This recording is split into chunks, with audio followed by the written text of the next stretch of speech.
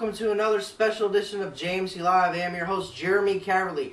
Today we have an awesome, amazing interview with a 22-year-old young man, Richie Anthony, right here in Chillicothe, Ohio. And what's quite amazing for this man is not only parts of his testimony, but how he's involved with SOSA as a volunteer for sexual assault survivors.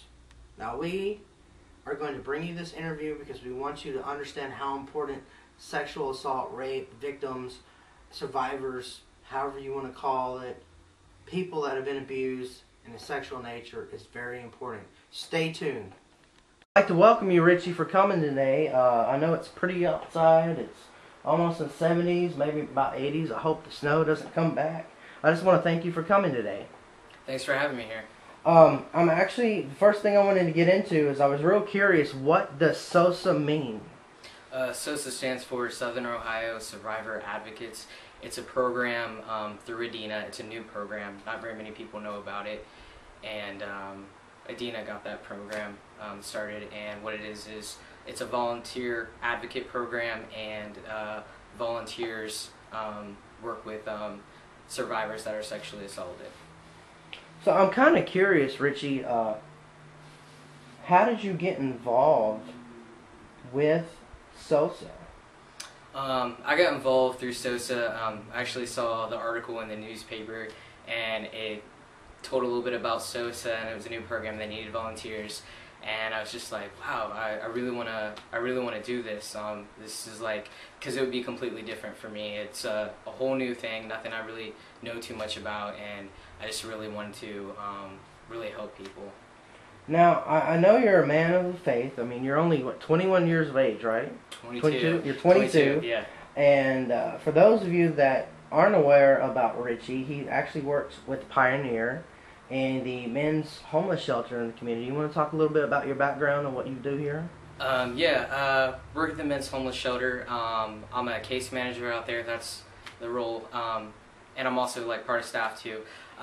When guys come in, and I just do counseling sessions with them, like life lesson type things. Try to help them get a job, help them do a resume, or talk about how to deal with addiction and depression and things like that.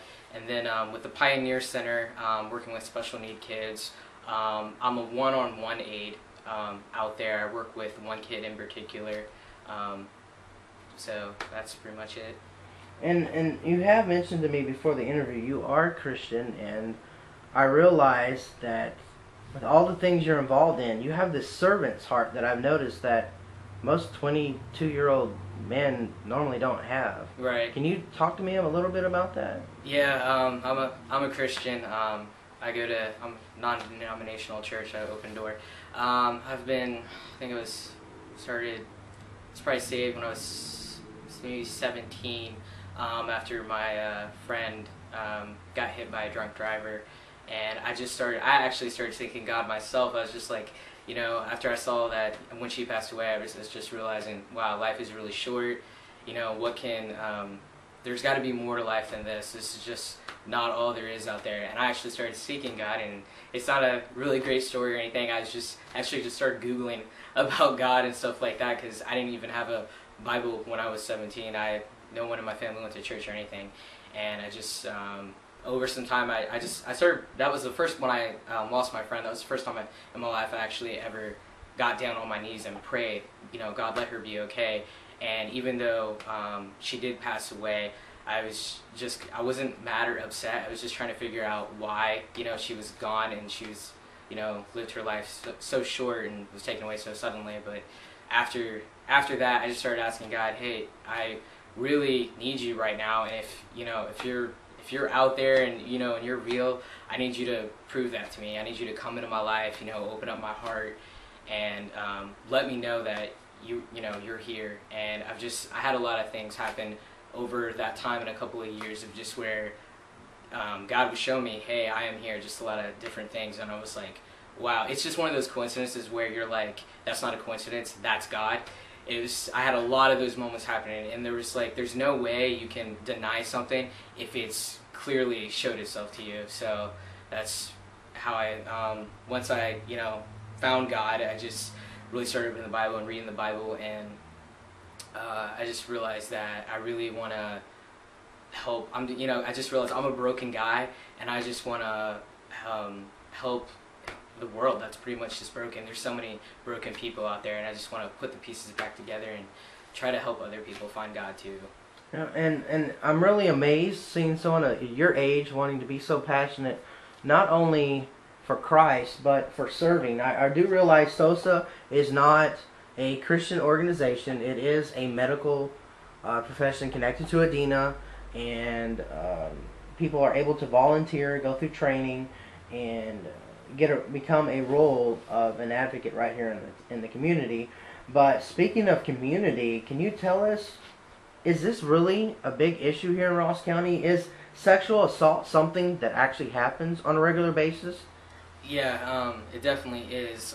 I know when I started, I always just thought there's people out there that are getting help for this, and it's not that big of a deal, was what my first thought when I first started.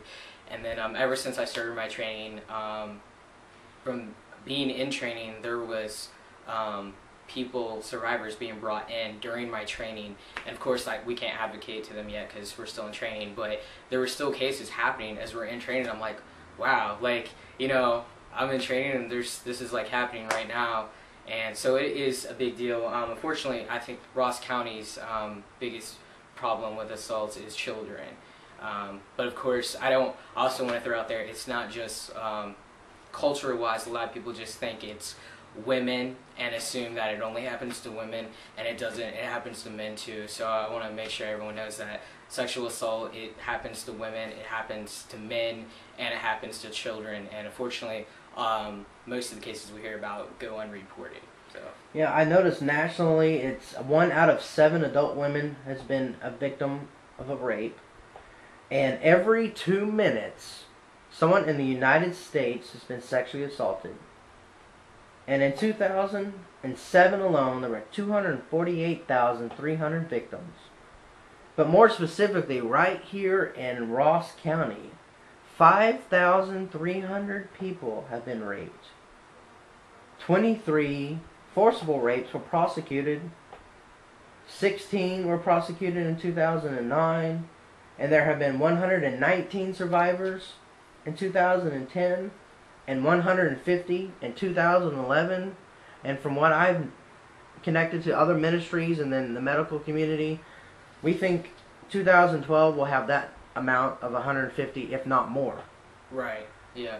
And the scary part is what, just like the national stats, locally the same thing is happening. They're not being reported, right. And that's why this program of SOSA, getting involved with just regular people like you and I and others that have a heart to want to help someone, who just want to listen, or if they want someone to talk to, and just being there, because I realize, being a victim of molestation and rape myself, plus my wife being a victim of rape for over 6 months straight, you can become very isolated, feeling alone, and not knowing what to do next, or your life can be threatened, or you're afraid of what your friends, your family, or the community might say about you if you did report it. Because some of these people are children, some of them are women, or men, or young men, or so on and so forth.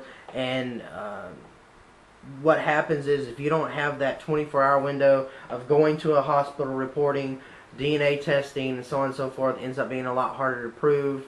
And I realize that if you've been sexually assaulted, you need to be in a safe place.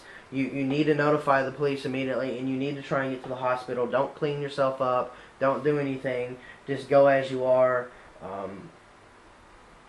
and just move to that next step. So you mentioned about volunteers. I know there are 5 volunteers right now.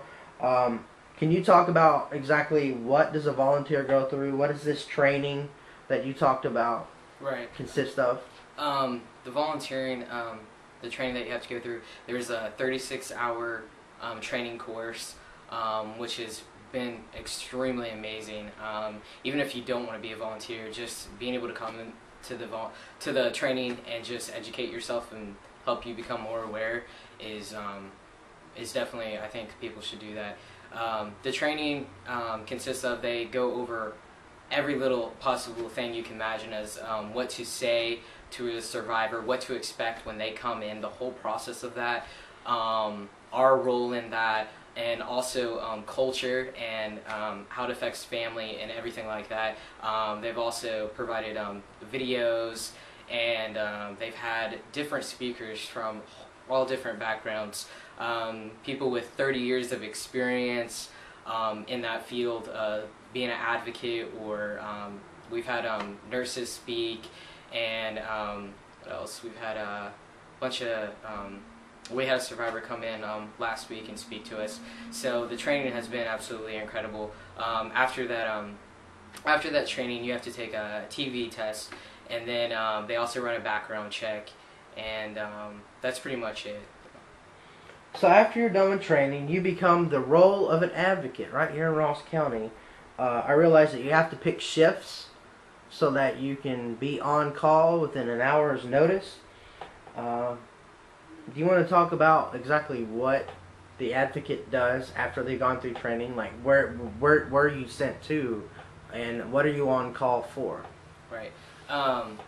When after we get the call, which is usually like 3 or 4 o'clock in the middle of the night or something like that, when we go down there, we go report to the ER. That's where we go. They have certain rooms that they put their survivors in, and that's when we go in and we introduce ourselves and we offer them our services, and saying we're here to offer you emotional support, and I would like to be here through this process and help you through this process, and asking them questions as is there any questions you have about what you're about to go through, and do you have any questions about prior of, as what happened to you? Do you have any questions about that?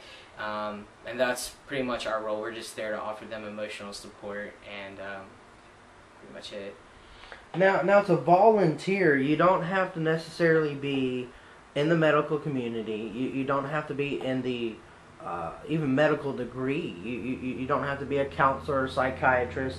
You honestly have to be someone right here in Ross County specifically, someone that wants to serve, someone that wants to be an ear, to listen, to communicate and learn, and just be there for somebody. Because I realize this can be very traumatic, not only for, and I like to point out that, normally the community calls them a sexual assault victim, but the role of volunteers in our ministry and a lot of other people, we don't call them victims.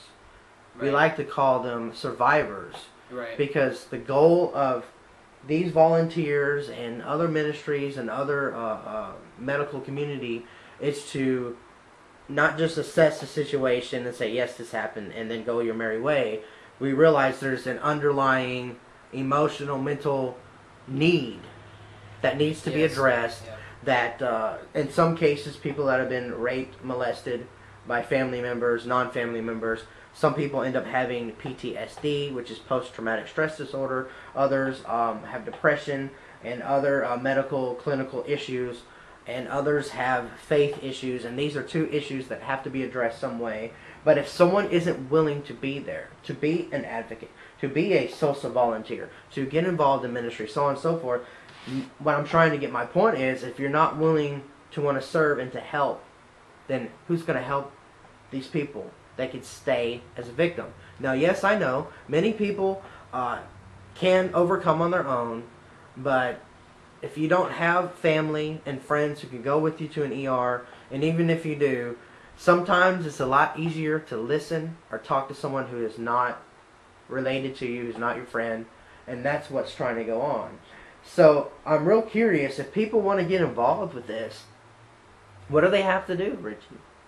If you want to get involved in this, even if you, like I said, even if you can't volunteer, just come into the class and becoming aware would be great, because that could change a lot of people when these things like this, when it goes to court, and that the perpetrator ends up being set free is because of the jury, and the people on that jury need to be educated.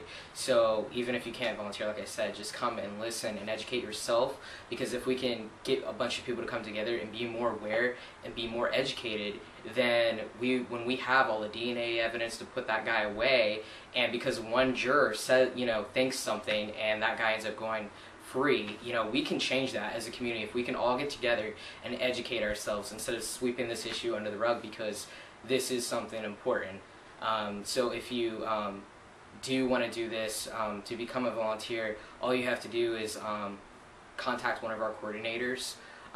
There's 3 people that are running this program, Nicole Long and Stacy Saunders, and also a nurse as well, Jamie Myers. Those are the 3 people that either one of those 3 you could get in contact with and give them a call and say, hey, I'm interested in volunteering, and then they can set up a new another new training coming up and get you right in that. So, and for those of you that want to contact Adina, you need to contact Jamie Myers at 779-8655. That number again is 779-8655. Jamie Myers will be able to connect you to Stacy or Nicole, and she'll be able to facilitate. Like you said, it looks like training will probably be coming up here in June. I wouldn't doubt, at least between now and June, they can get you filled in on some information. There are actually pamphlets you can pick up. And personally, I suggest for those of you that have the internet, start Googling sexual assault. Start looking at what SOSA is, Southern Ohio Survivor Advocate. Start looking at statistics right here in Ross County and see the truth and see the need. Richie, I thank you so much for coming today. This is something that I realize a lot of people need to wake up, in not only right here in our local community, but nationwide. I hope you're the best and look forward to seeing you in the future. Thanks for having me. Thank you very much. Thank you.